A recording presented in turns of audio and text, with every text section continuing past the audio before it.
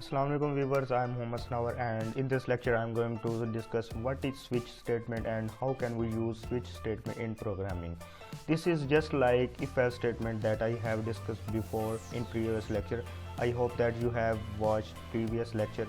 If not, then take it first and then move on this lecture. So let's start this lecture. First of all हम देखते हैं कि switch statement क्या होती है और हम इसे यूज़ क्यों करते हैं। जो स्विच स्टेटमेंट है, लेट्स से कि हमारे पास एक वैल्यू है, उसको हमने डिफरेंट और मल्टीपल कंडीशन बेस पे कोई भी कोड है उसको एग्जीक्यूट करना है, तो उसके लिए हमने स्विच स्टेटमेंट यूज़ करते हैं। उसके लिए हम इफ़ एल्स स्टेटमेंट भी यूज़ कर सकते हैं और हमने स्विच स्टेटमेंट ही क्यों यूज़ करनी है, तो वो मैं आपको एक एग्जाम्पल के थ्रू बता देता हूँ। विजुअल स्टूडियो को ओपन करें और यहाँ पे एक फाइल क्रिएट करें और ये मैंने आपको बताया ये कहाँ पे सेव करनी है। यहाँ पे एक फोल्डर बना लेते हैं लेक्चर 7 के नेम से और इसके अंदर ये फाइल रखते हैं 7.php ये, और यहाँ पे हेडिंग दे देते हैं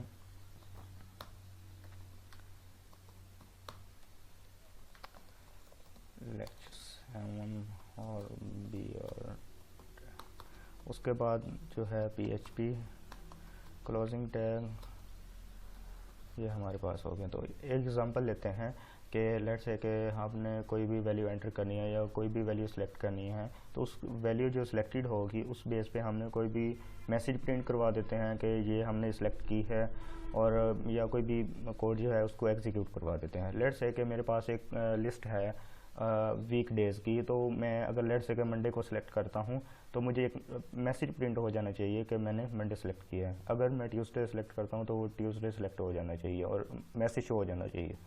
तो एक वेरिएबल बनाते हैं डे के नाम से और इसमें अभी वैल्यू रहने देता हूँ मंडे, मैं हार्ड कोडेड वैल्यू दे देता हूँ खुद ही। तो एक कंडीशन चलाते हैं, इफ़ कंडीशन, कि अगर जो है कंपेयर करेंगे, अगर वैल्यू मंडे से कंपेयर करेंगे, अगर जो वैल्यू है जो सिलेक्ट की है वो मंडे के इक्वल है, तो हमने यहाँ पे इको करवा देते हैं, मैसेज प्रिंट करवा देते हैं डे इज़ मंडे। अगर सिलेक्टेड वैल्यू मंडे नहीं है तो हमने एक और कंडीशन चला लेते हैं, अगर ये जो वैल्यू है ट्यूसडे के इक्वल है, ट्यूसडे, तो इस बेस पे हमने मैसेज या कोई भी कोड जो है वो एग्जीक्यूट करवा लेते हैं डे इज़ ट्यूसडे। ठीक है, तो इसको हम कर लेते हैं कॉपी और ये फ्राइडे तक ले जाते हैं, ट्यूसडे, वेडनेसडे,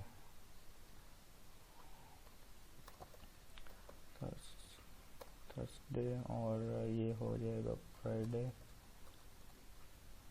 उसके बाद सैटरडे,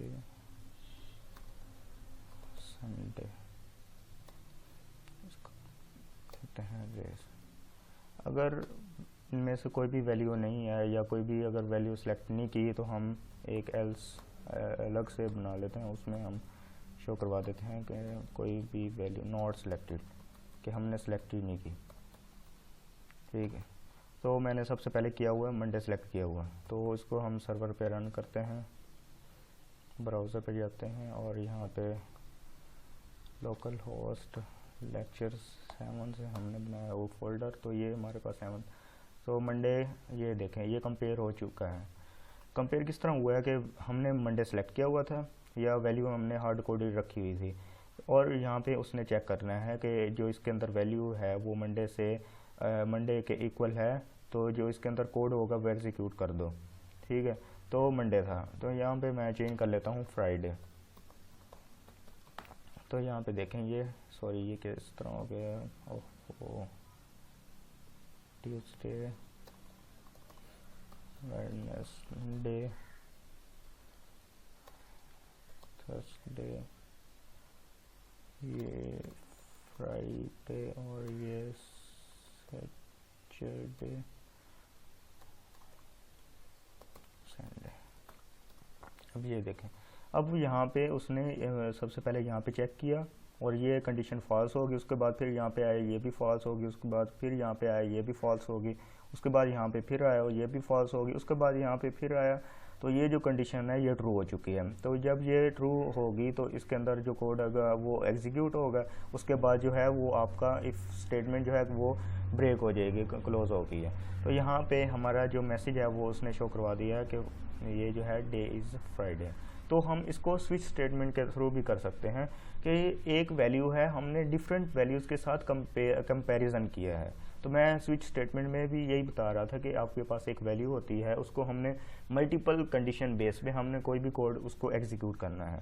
तो एक वैल्यू है, उसको मल्टीपल कंडीशंस, ये मल्टीपल कंडीशंस है, तो ये कंपैरिजन हो रहा है, तो उस कंपैरिजन बेस पे उसमें जो भी कोड होगा उसको एग्जीक्यूट करना है। तो हम इसको स्विच स्टेटमेंट के थ्रू भी कर सकते हैं, वो ज़्यादा इजी वे है। तो स्विच, उसके बाद हमने इसके अंदर वैल्यू पास करनी है जिसके साथ कंपैरिजन करना है। तो मैंने जो सिलेक्टेड वैल्यू होगी उसके साथ हमने कंपेयर करना है।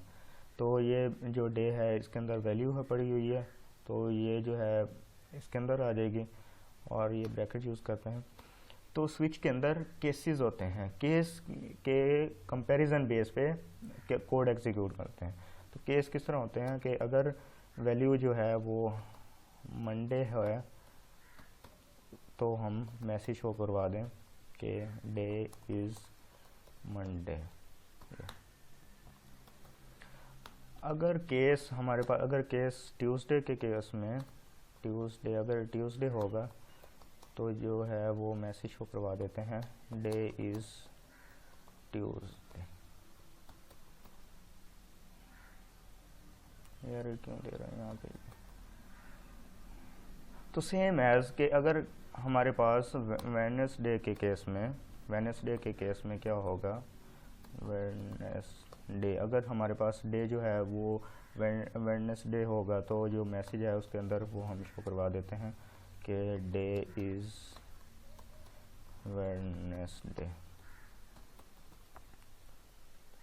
अगर केस ये है वो थर्सडे होगा तो इको करवा लेते हैं कि डे इज़ थर्सडे। अगर केस जो है वो इसके बाद फ्राइडे तो इको करवा लेते हैं कि day is Friday.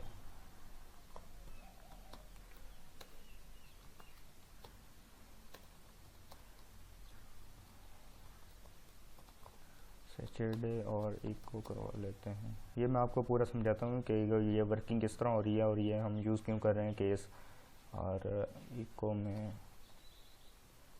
Day is.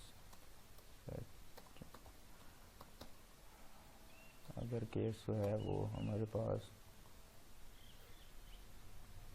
Sunday होगा तो इको मैसेज करवा लेते हैं कि डे इज़ संडे। सबसे पहले जो है वैल्यू हमारी यहाँ पे आएगी जिसके साथ हमने डिफरेंट कंडीशन बेस पे उसको कंपैरिजन करना है। तो अगर यहाँ पे मैंने डे में फ्राइडे दिया हुआ है तो यहाँ पे आएगा फ्राइडे, और यहाँ पे उसने केसेस में चेक करना है। तो फर्स्ट केस में क्या हो रहा है कि उसने मंडे के साथ कंपेयर करना है, सेम लाइक यहाँ पे, कि यहाँ पे तो हम देते हैं कि अगर वो इक्वल होगा तो इसके अंदर जो कोड है वो एग्जीक्यूट होगा। यहाँ पे भी सेम ऐसे ही हो रहा है कि अगर मंडे के केस में अगर वो मंडे के साथ कंपेरिजन करेगा, अगर ये ट्रू होगा तो इसके अंदर जो कोड है वो एग्जीक्यूट होगा। ठीक है, अगर जब कंपेयर करेगा तो अगर ये ट्रू हो जाएगा तो ये कोड एग्जीक्यूट होगा, उसके बाद हमने इस कंडीशन को ब्रेक कर देना है और आगे वो मूव नहीं कर सकता। तो यहाँ तक जब ब्रेक करेंगे तो आगे वो मूव नहीं करेगा। अगर ब्रेक नहीं करेंगे तो इसके बाद जो भी कोड होगा उसने एग्जीक्यूट करना है, चाहे वो कंपेयर नहीं करेगा, वो जो कोड होगा वो उसने एग्जीक्यूट कर देना है। तो उसके लिए हमने ब्रेक यूज़ करना है। अगर कंडीशन ट्रू होगी उसके बाद जो कोड है वो एग्जीक्यूट होगा और उसको हमने ब्रेक कर देना है। तो उसके बाद जो है वो हमने अगली कंडीशन से चेक करना है, क्योंकि यहाँ पे फ्राइडे है तो ये कंडीशन फॉल्स हो चुकी है। उसके बाद अगले केस में आएगा तो यहाँ पे चेक करेगा कि ट्यूसडे के इक्वल है, अगर नहीं है तो ये फॉल्स हो जाएगी। तो यहाँ पे भी हम सब के बाद ब्रेक लिख देते हैं। ताकि आपको क्लियर हो जाए मैं आपको दोबारा समझा देता हूँ। यहाँ पे बी ब्रेक और उसके बाद उसने ट्यूसडे के साथ उसने कंपैरिजन करना है। अगर वो फॉल्स है तो ये जो है अगली कंडीशन पे, अगले केस पे मूव कर जाएगा, उसके साथ कंपेयर करेगा, फिर उसने फॉल्स हो जाना है, उसके बाद फिर अगले केस पे मूव कर देगा। तो जब यहाँ पे आएगा तो ये जो है कंडीशन ट्रू हो रही है, उसने या इसके साथ कंपैरिजन करना है, इस केस के साथ उसने कंपैरिजन करना है, उसके बाद जो कोड होगा वो एग्जीक्यूट होगा। तो जब ये एग्जीक्यूट हो जाएगा तो उसके बाद उसने उसको कर देना ब्रेक, उसके बाद आगे मूव नहीं कर सकता। तो ये जो है वो हम स्विच स्टेटमेंट इसलिए यूज़ कर सकते हैं। तो यहाँ पे तो हमने देखा था कि अगर वो कोई भी अगर वैल्यू सेलेक्ट नहीं करते हैं तो एल्स में जो है वो हम दे देते हैं कि नॉट सेलेक्टेड वैल्यू। यहाँ पे तो हमने दी नहीं हुई, तो यहाँ पे किस तरह हम इसको डिफ़ॉल्ट में या इसको एल्स में यूज़ कर सकते हैं। यहाँ पे हमने डिफ़ॉल्ट यूज़ करना है। अगर कोई भी वैल्यू ट्रू नहीं होती तो जो डिफ़ॉल्ट के अंदर जो होगी वैल्यू वो उसने एग्जीक्यूट करनी है। एक को मैं करवा देते हैं कि नॉट सिलेक्टेड।